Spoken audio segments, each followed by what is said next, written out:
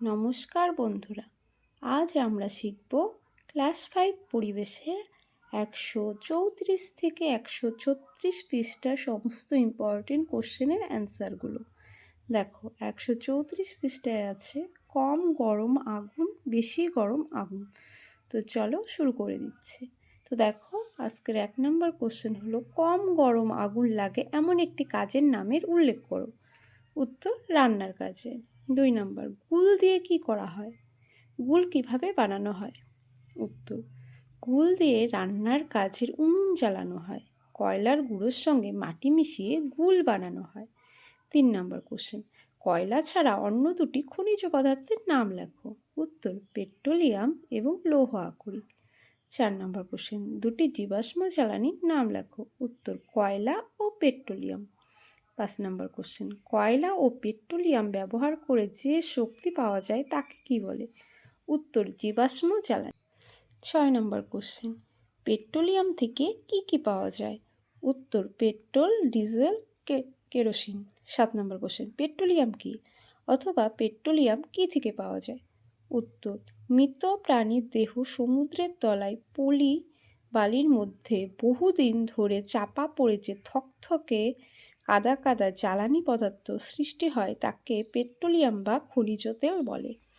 8 নম্বর question দেখো, কয়লা থেকে কি কি উপজাত পাওয়া যায়? উত্তর, কোল গ্যাস, আলকাতরা, ন্যাপথলিন, পিস, তরল অ্যামোনিয়া ইত্যাদি।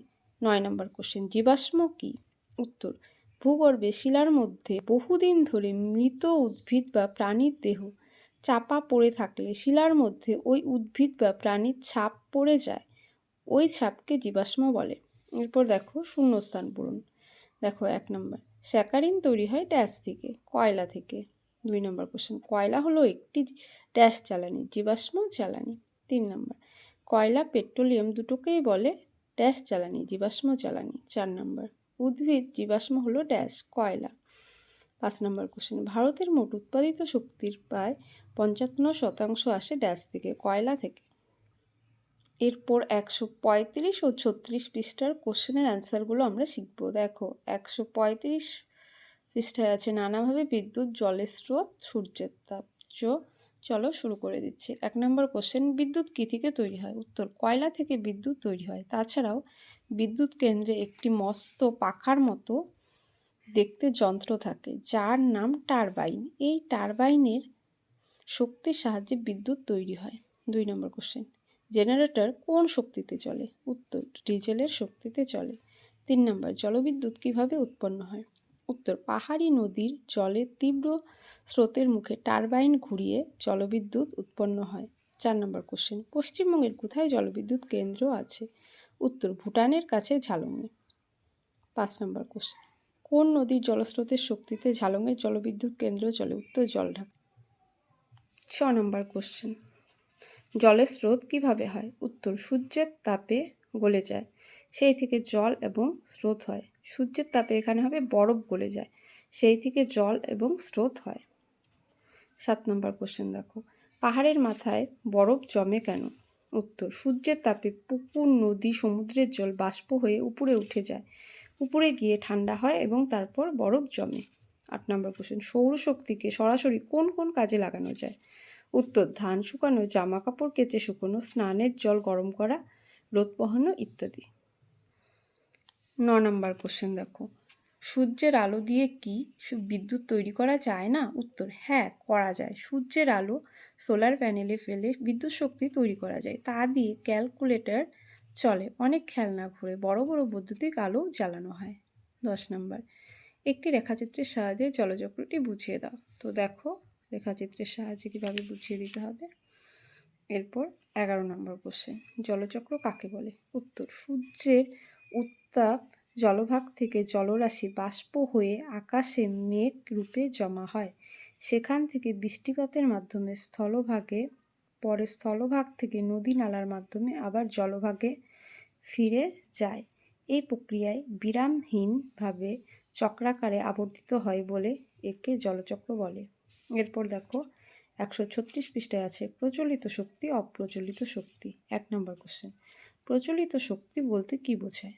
কয়েকটি প্রচলিত শক্তির উৎসের নাম লেখো। উত্তর, অপ্রচলিত শক্তি বলতে সেই সমস্ত শক্তিকে বোঝায় যা বহু যুগ ধরে মানুষ শক্তির উৎস হিসাবে ব্যবহার করে চলছে, যেমন কয়লা, পেট্রোলিয়াম ইত্যাদি।